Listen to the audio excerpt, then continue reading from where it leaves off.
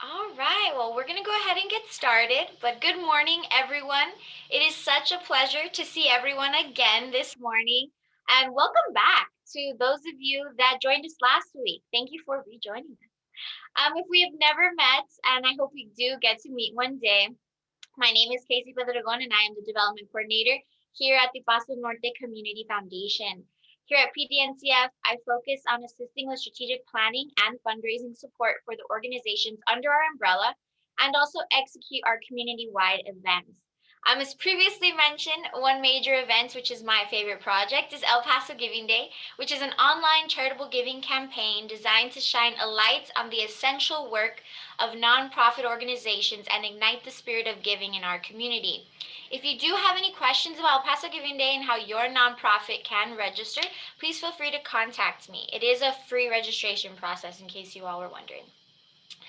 So, grant writing is a daunting and downright tedious task, but extremely instrumental in growing the development of any organization.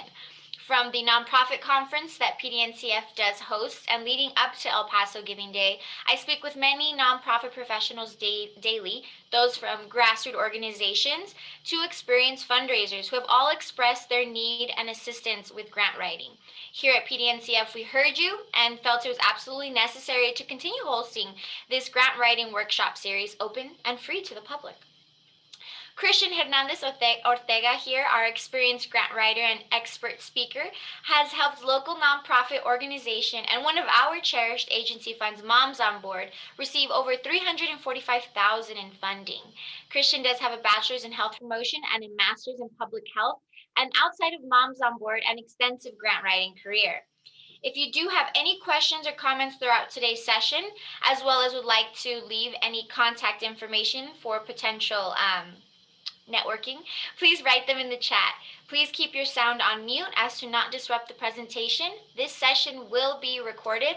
The link to review this session and last week's session will be sent to all registered email addresses along with any important follow-up documents. So, Kristen, I'll go ahead and let you take it away. Sounds good. Good morning, everybody. Let me go ahead and get my screen ready. So good morning, everyone, and thank you for joining today's session. For those of you who are joining for the first time, welcome, and for those of you who are returning, welcome back. Today is going to be jam-packed with information, but hopefully it gives you some of those basic steps of how I, break these areas down, as it might be similar to other seasoned professionals here in the room, right? So let's get started. Today we want to check in who's in the Zoom room today. Let us know how you would describe yourself. You'll see that we've provided some options, A, B, C, or D.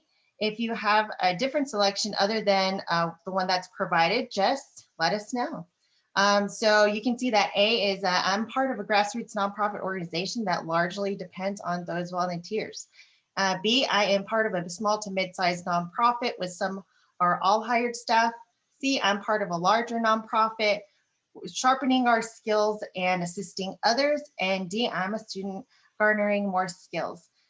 So Casey, once again, if you can go through those answers that are coming in, and we can kind of let me know who's in the Zoom room. Yes, so similar to last time, actually, we have quite a few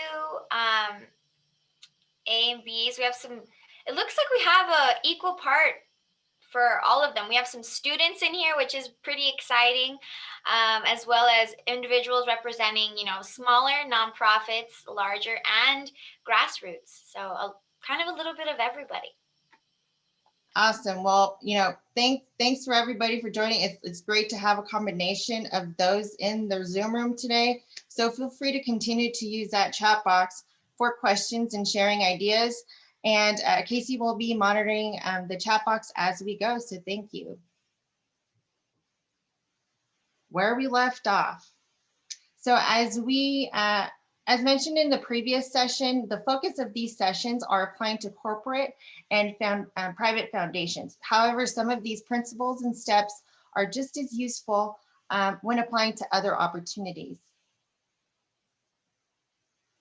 And I've learned, and I'm sure others as well have learned at the grassroots level, to start with the grant packet. And this is the information that you will need Um, you would need just, so when an opportunity pops up, you can easily pull, plug, update, and adapt. And the key to adapting is making sure that your language uh, really aligns with the foundation's language. And today, what we're going to be going over is a statement of need, organizational summary, project plans, and the setting. Before we begin, what do grant proposals do anyway? So they really help us communicate the plans that you have for the program project in question. They also help communicate what do want, basically what you would do with the money. And most importantly, it really helps funders determine if there's a need for their involvement. So there's a lot of influences of how a foundation would, you know, accept one proposal over another, but these are just ways and easy, like basic steps to kind of get you all started to help you build and be successful. Now to the good stuff, statement of need. So a lot of what you do in grant writing is framing the problem to support the approach that you will be implementing. So everything within your proposal logically connects your program to the proposed solution or outcome. And so here I've provided what I feel is the most famous inverted triangle of information. And within your statement of need, really starting off from the top, you'll need to broadly identify your problem or issue. So this is the point where you talk about the impact of the issue to your priority population, but in broader terms. So that is through finding that relevant information and data to state your case, whether it be national or state data, or that to really help kind of boost up that need. Next, we're going to go to narrowing down the problem or issue and state the approaches to combating or overcoming the challenge. And this is really where you're going to start tying those relationships between the issue and bringing in the approach, or solution you're proposing to combat the problem. Your approach may be tied to research, evidence, promising practices that supports why, that intervention, for example, would get you to the intended impact. So there are a lot of influences that you can't account for, but pretty much framing this in a way where it can really draw the line logically for your grant reviewer or the reader, the person who's reading your particular narrative responses. Then this is where you start wrapping up, saying the name of your organization, the purpose of your program or project, the focus areas that you're applying to, and integrating that language that you've aligned and rewrote from session 1 when you were narrowing down those grant leads. So the trick here is to really be as clear as possible, and which really doesn't really sound like a trick, but really, it really is, believe me. So once again, you just really want to be intentional in drawing the line between your problem, the outcome, and why their funding is essential for your program or project to be successful or effective. I think in program planning and evaluation world, we kind of say effective or successful is kind of like just terminology. So what does this mean in a practical sense?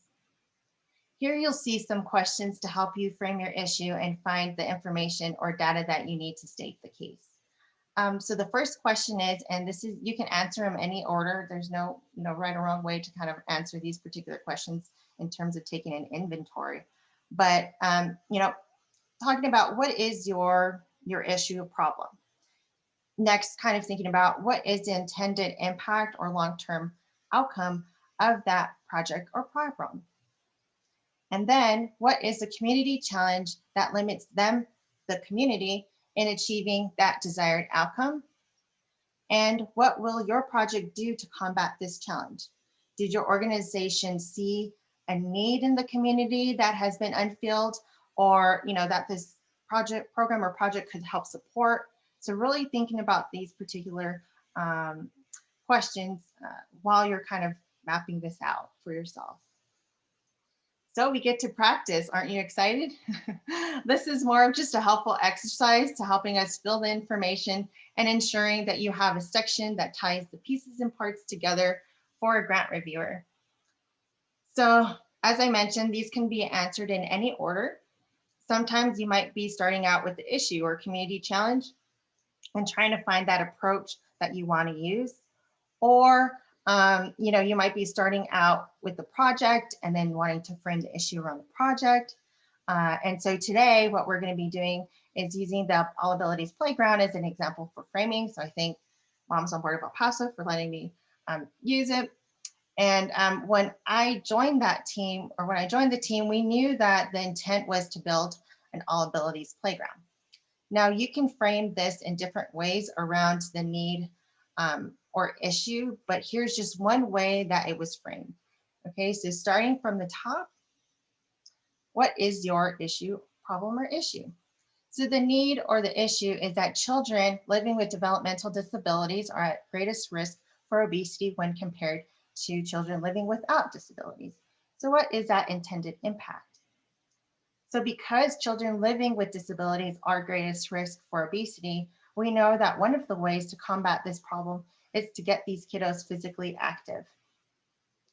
But what are those challenges? What are some challenges that limit our community in serving or supporting those families with children living with a disability? One of those challenges could be that there aren't environments in our community or limited, number of environments in our community that can enable exercise among children living with a disability or promote that active, inclusive play between children living with a disability or children living without a disability. And lastly, what is our project going to do? We aim to address this particular community challenge and providing a clean, safe, positive environment to support active, inclusive play, by building an all abilities playground, thereby, increasing physical activity among this particular priority population. So, for that supporting evidence or that supporting, information that we'd need to look at for this particular instance would be, data that supports that children living with a disability are at greatest risk for obesity. We also want to look for, information about the lack of access to environments that enable exercise as one of those barriers faced by those in the disability community. Then we also want to look at data that supports, addressing that the environment is one of the ways that we can help increase physical activity among children living with developmental disabilities. So to mention, we know that there are other immediate, benefits or outcomes to building an all abilities playground, like building a child's social and communicative skills. But, in the long term, the impact could be doing a project like this could actually at the end, increase physical activity. But the main, the main part that we want, or that I stress is just, or the tip is to really clearly define logically, A plus B plus C equals D, so try to make that line very clear for for that reader or for that grant reviewer to kind of see that whole thing come into play, come into sequential, sequentially. In our next session, we're going to be kind of going over those, short-term, immediate, and long-term outcomes in ways that, maybe some of those other outcomes or benefits can also support. And this is just to serve as a reminder of where you can go in terms of the places to find some credible information or data. The types of websites or articles and information, also can lead you to another place as well. So just to kind of keep that in mind. And sometimes there's certain organizations in your field that are recognized for publishing, evidence-based or promising practices with a .org, behind them to help combat the problem. So those sources will also work as well. Okay. So wrapping up this section, I think some of you, for what we've seen in the chat box, I've kind of been seeing it on this side of my this side of my eye, but Casey, can you monitor the chat and see if we can see what is the issue or problem, they'd like to address, or people in our audience would like to address in our community? I think some of those answers have come through, but if you all want to kind of drop in the chat box and want to share a little bit. So Yes. we have some with, go ahead, thanks. Oh, so we have Candice from Green Hope Project says environmental pollution. We also have a lot of individuals are putting in their contact information and their mission statements. A lot of them have to do with literacy for all levels and ages. We have closing the digital gap among older adults. We have, let's see, Seems like water there's mention infrastructure, to, economic development. I'm so sorry, Christian, go ahead. no, sorry. Yeah, I was going to assist you too. So thank you, everybody. So thanks, food insecurity, sustainable water use, mental health services. So it really, I really like seeing like a lot of the different fields and different disciplines that are being represented today. And, some of the, issues and problems that we'd like to address, here in our Zoom room in terms of those kind of joining us today. So thank you for sharing.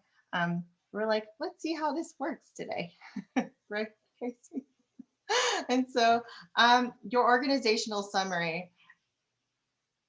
So in this section, we want you to have a drafted, or basically, let me go back. So in this section, you'd want to have drafted language about the history of your organization, how it came to be, when it was established, that mission and vision, any particular awards or accomplishments and recognition your organization has received, including like really how it led up to this particular project or program. It's really about the impact of your organization has had or will have in the community or in the communities that you serve. That is sometimes the easiest section to get through, in my personal opinion, only because you might already have that information handy, and it might be just kind of just wordsmithing it, right, to be what you would need in a grant proposal packet for drafted language. And our last section for today is the project plan. Here's how you can help, here's some steps to help you begin this particular drafted section. Provide a brief background on the project purpose. Repetition is key, but you want to rewrite this in a way that flows. So you want to have repetition from your statement of need into this section of the project plan. So everything ties into each other, especially if you're using an online application. Sometimes the information doesn't necessarily flow as much as you want it to flow.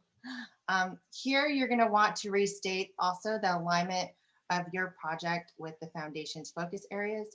It might be really, I might be saying this like way too many times to everybody, but this is really the important piece and the important tips. If you take anything from these three sessions, it's really taking that into consideration while you're kind of just adapting as you're going.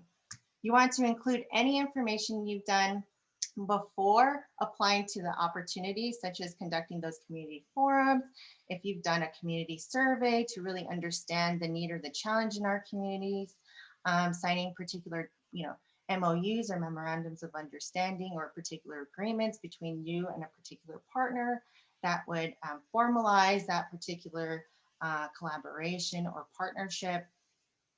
Then you want to kind of include those, like any type of 3 sentences, I'd say, average, about the project, what it will do, and the anticipated impact on the community and the population that you serve. Then you're going to want to write where the project is taking place. This is the fun part for me. Okay, so what are the characteristics or demographics of the people in the community, the population you serve? And also remember, if you're applying to a foundation in Indiana, for example, they might not know the richness of our community, what makes us unique. They might not know that we're bicultural, bilingual, tri-state, bi-national borderplex, right? And so those particular details, just to kind of paint that particular picture, is very nice to have and integrated. Where you're, and then as far as the data, where you pull your data really will depend on the project and the population you serve. So if you're serving like, a community college, for example, or you're going to do a project with a community college, they might have specific reports posted on their website that demonstrate those particular demographics, like how many first generation college students have attended there, what's the percentage of Hispanics that are attending. So it just really just depends on what population you're trying to serve. So um, some of the proposals will have you describe your key partners, but not all of them. But if you're working closely with an organization, it might be good to already have one or two sentences just tying them to the project, or just, kind of providing that background of the expertise that they're going to bring. So 1 to 2 sentences, I'd say. Throughout the project plan, you might also want to make that connection on how you'll bring in others, bring in others in, or align your work with others in your field. If there's a particular gap that you're trying to fill to existing programs or services, make mention of it. Also, if your organization is complementing those existing programs or projects, that's something to also mention. Okay, so now to everybody's favorite part, objectives, milestones, and benchmarks. So I like spending my time on objectives because I get a lot of information, the information that I need when creating milestones or benchmarks. So sometimes you don't have a lot of space, for sure, right? Everybody can probably agree with me. Um, and you can only hit the high points. So it's really nice to get a good picture and then be able to kind of just pick and choose those high points that we want to kind of highlight around the project. Um, and those can be those um, benchmarks or milestones that you want to kind of describe. So, let's talk about objectives. So when developing objectives, they should be clear and measurable. And this is an acronym that might be very recognizable to some in this Zoom room. But I think a lot of program planners and evaluators, no matter what discipline or field that you're in, use this rule of thumb. So are your objectives specific, measurable, uh, achievable, realistic, and time bound? I think some of the acronym kind of varies in terms of sometimes achievable is attainable, or sometimes time bound is time phased. It doesn't matter what it is. There are SMART objectives, and that's kind of like that's pretty much that acronym that a lot of us use. So the elements of a well-written objective are, what's the outcome? The outcome is defined as what? So this is the action, behavior, or something else that will change as part of a particular program. So your priority population is going to be defined as who. So who will change as a result of your program or project? For example, the resident, it could be the facilitator, the participants in a class. So who is going to be that particular population? The community, just depends on what your project is trying to achieve. The condition is defined as when. So when is your outcome going to be observed? And then, is it specific to a deadline, or is it a result after a class? For example, as a result of participating in this session, the party population, the participants will, so kind of having that particular frame of mind. It could also be like a particular date, which might help with you with establishing some type of timeline. And the criterion is based on how much. So this is when the outcome has been achieved or how much change will occur. This is how a program planner or evaluator can determine if an outcome has been performed appropriately, or if it was implemented successfully as written. And that's kind of like a whole nother conversation, but it doesn't necessarily need to be, implemented as written, but there might be points of the project where you need to update, but that's further down the line of program planning, I'd say. um, but how much is the how much is where the percent is going to go, or the target number is going to go. Okay, so this is one thing that we're going to start. We have an example that that we're going to be using, and to help us practice smart objectives. And you'll see that we've just kind of included just an easy exercise to make sure you got what you need from these basic steps. So to start with, you know by this date, the organization in partnership with organization is going to construct one all abilities playground at Escalante Park in El Paso County, Texas. So let's put that together. By date, organization in partnership with organization will construct one all abilities playground at Escalante Park in El Paso County, Texas. So time to perform our SMART checks. So did we include a timeline or when we expect to achieve this particular objective? Is this objective measurable the way that it's written, and how will we know when it's completed? Is it realistic to think that we can reach this by this date? So when you're thinking about the different series or the different sequential steps that need to happen in your project, think about how long will the startup or the internal procurement process take in order to get this project started, and make sure that these the way that you write it is realistic to what the project timeline is going to be. Do we have enough staff, money, space to achieve this particular outcome, or this particular objective, excuse me? So those are just kind of like, just kind of like those quick checks that you can perform, and basic ways that we wanted to kind of do some type of rapid checks. So we're going to go on to talking about just 2 slides on online platforms. So if you're going to be submitting to an online platform, the best tip that I can provide to you is to copy and paste the questions in a Word document or a Google document. Check that character count and word limits. And then when you're putting it on your Google document or a Word document, add it to the end of the question.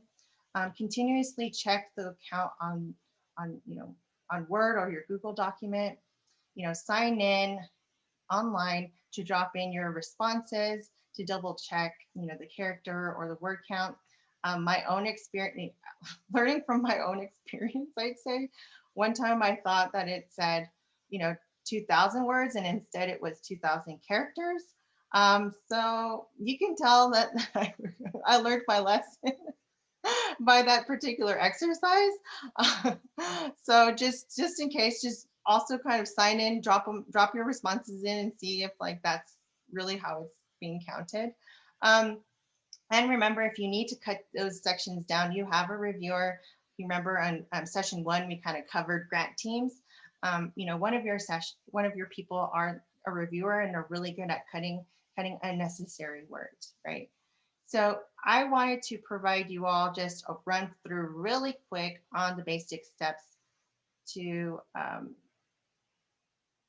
I guess, check the Word document. And I just need to move this over. So pardon me. So I'm going to share this. So this is an easy way for you to check on Word document. You're going to go under review, and you're going to see that there's word count right here. Okay, so a way for you to check your word count or your characters as you're working on a particular like copy and pasting is right here. So you go to review, word count, and then here you'll be able to see the character with spaces, no spaces, and you'll be able to see the number of words. Okay, so that's just a little run through of how to check it on Word. And now we're going to be looking at how can we check word count on a Google document. So Google Documents a little bit different. So we have a Google document pulled up here. You're going to see, you're going to go under tools, then you're going to see word count, click word count, and you'll be able to see words and characters. So as I mentioned, it's very, because you're going to be sharing this particular draft between people, if you're submitting to an online application, it's easier just to kind of have everybody be able to access and kind of draft and review and edit easier this particular way. So just a helpful tip. I wanted to also provide just a sample submission question. So as I mentioned, you're going to be copying and pasting all the questions on the online system and add their character limits to this, like you kind of see on the slide. Sometimes these online applications are available to download, and so it will help you to save some time. Instead of clicking through all the pages, you'll just need to copy paste into a Word document, copy paste into Word document or Google document. Okay, so this particular instance, you'll see that you'll be pulling and plugging and adapting from your drafted grant packet language, integrating some of the words that you see here.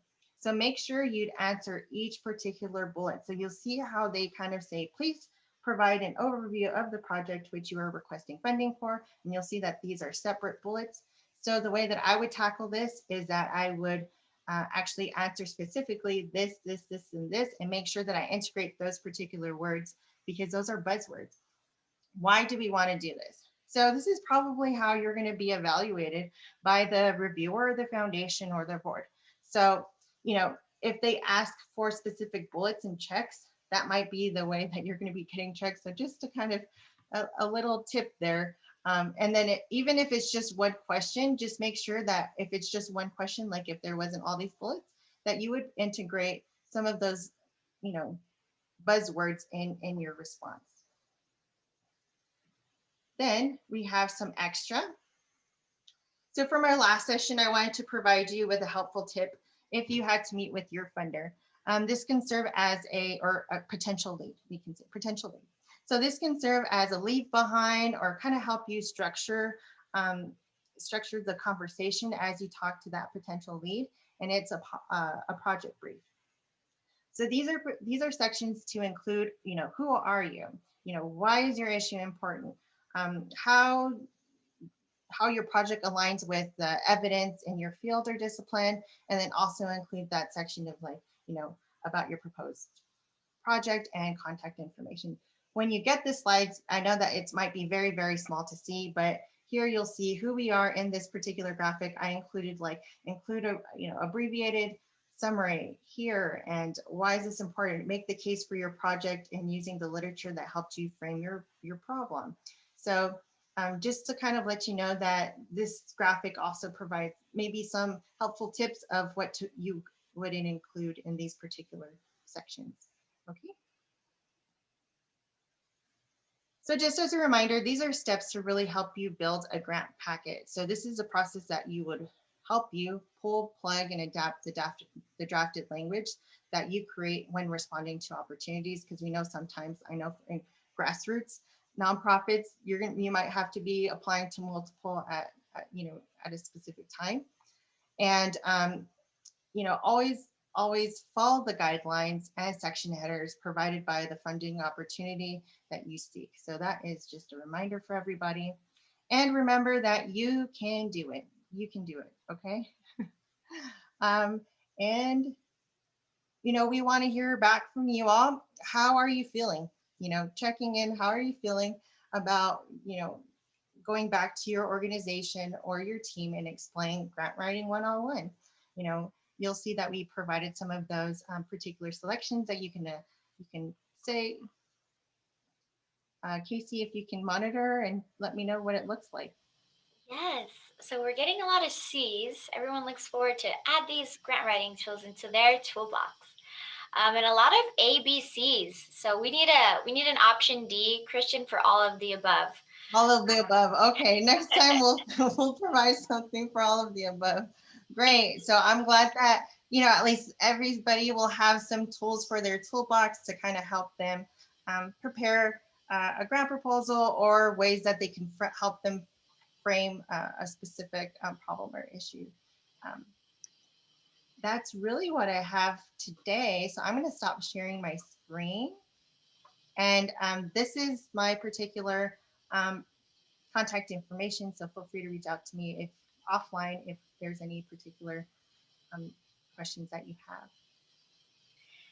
Great. Thank you, Christian. Well, I'll open up the floor for any Q&A. If you have any questions, please put them down below in the chat, and hopefully we'll get to everyone's. But for this first question, Christian, we have, well, and I believe you covered this briefly, if not in the first session, but just as a reminder, will funding sources have their own format they ask to applicants to complete? Yes, and so that is, they will. So it just depends on who you're applying to, and they will have their own guidelines. Maybe sometimes for the smaller foundations, I had to create a smaller grant packet, a shrink, and they're going to tell you, we want this section, this section, this section, and this section, and that is what, those are your headers. If they want you to provide something on this, this, this, and this, that is what you provide. So yes. Yes, most definitely. And if it is, I know a lot now, anyways, a lot of grant proposals, you go in and it's online, so that there's questions and you complete like El Paso Electric's grant portal. I don't know if anyone's familiar with their grant portal, but it is one question, then you answer it, or one attachment, you insert that in there. But in the event that it is just one Word document, just make sure you're answering all the questions, because it's easy to skip something. Yes, and you're correct. In an online platform, it would be like you mentioned, exactly the way that you would mention. Yes, so we have another question. Do you have an example of successfully funded applications that you could share with us? Good question. I think I would have to kind of ask the organization whether or not I can share that information. But I'd say that for these particular grant sections, what I do with organizations is build a grant packet folder, and each of these particular headings have their own pages. And you'll see in the very beginning that I added some suggested page limits to help you. But yeah, I think it would just depend on whether or not those organizations would allow me to share. So.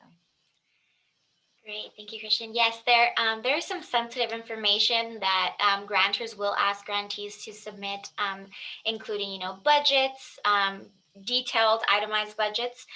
So whether or not those are available to be shared with, but possible, you can always reach out to the grantor as well as search. And Christian, I think you gave this tip last session.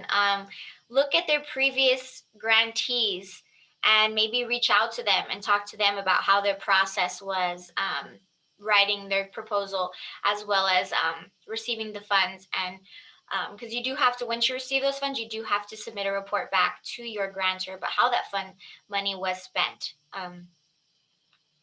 And I know that it's really hard. I think for sure, I think it's really hard. And I also learn by example, like through examples as well. And I know that in this short period of time, it's hard to cover everything and provide, examples of everything. But if there is a specific instance where you just need something, just, reach out to me offline.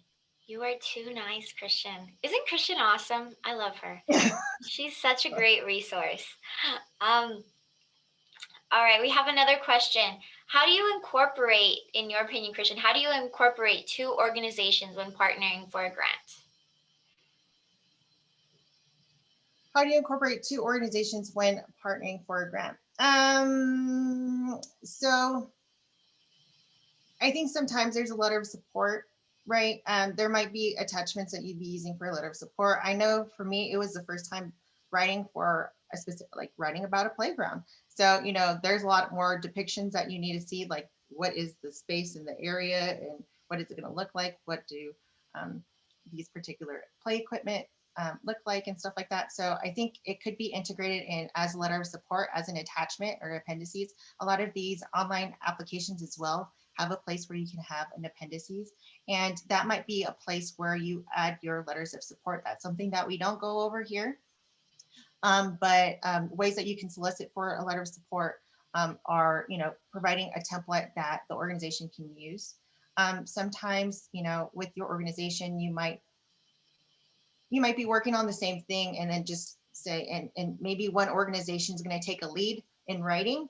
And so the other organization knows that you're submitting, um, that particular proposal with the intention of partnering together. So it just depends on how that's going to look like. Awesome. All right, we have another question. Are federal grants much more difficult to secure? Christian, in your experience. Yes, they are. And that's why, I mean, sometimes when we're working with on federal grants, you have like a team of people, right? And so like, uh, um, and I think everybody has, and I think it really also depends on your discipline. In the discipline that I'm in, they are a little bit more challenging to to really get in my field. I don't know about everybody else's field. They might be a little bit easier, but it also might depend on the partnerships, right? The types of partners that you're convening together to work on a particular project. So I think there's a lot of little things, I think, but uh, writing a federal grant is very time consuming for at least in those people in my field and by experience.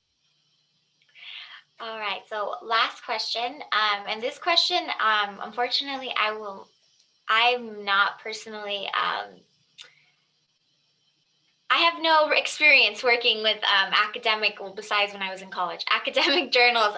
But so Rafael Perez asks, is it possible to publish into academic journal results, use data, or share the program to advance on science from a granted project? How do you incorporate this intent in the grant writing process? And would this affect the chances of getting the grant? That was a loaded question. I'm sorry, Christian.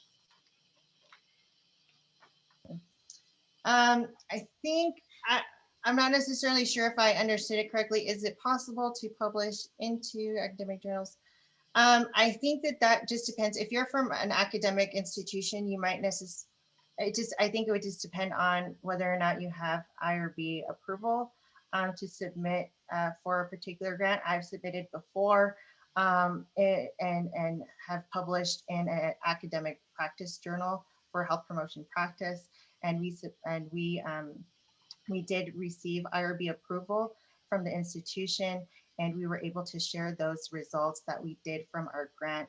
But I think it just depends on whether or not those participants are informed that you're going to be that the uses of the data. So it might not necessarily their their name. It's just, and also just kind of going over that with your participants in that particular project, that the data that you're going to be collecting, like from evaluations, is going to be used for publication in the future.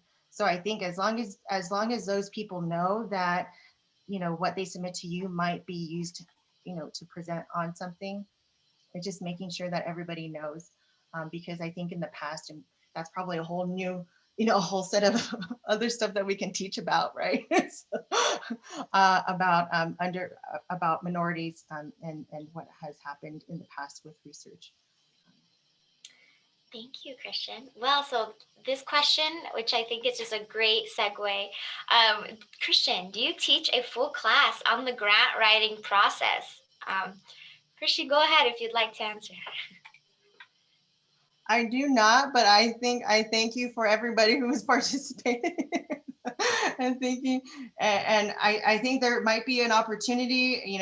I'm not gonna put the foundation on the spot, but there might be potential opportunity for a class. But I think it would be something, if it's of interest of people. Who knows, right? Yes, looks like I'll have to look into writing a grant to get funded to host these workshops at a larger capacity. Exactly, exactly.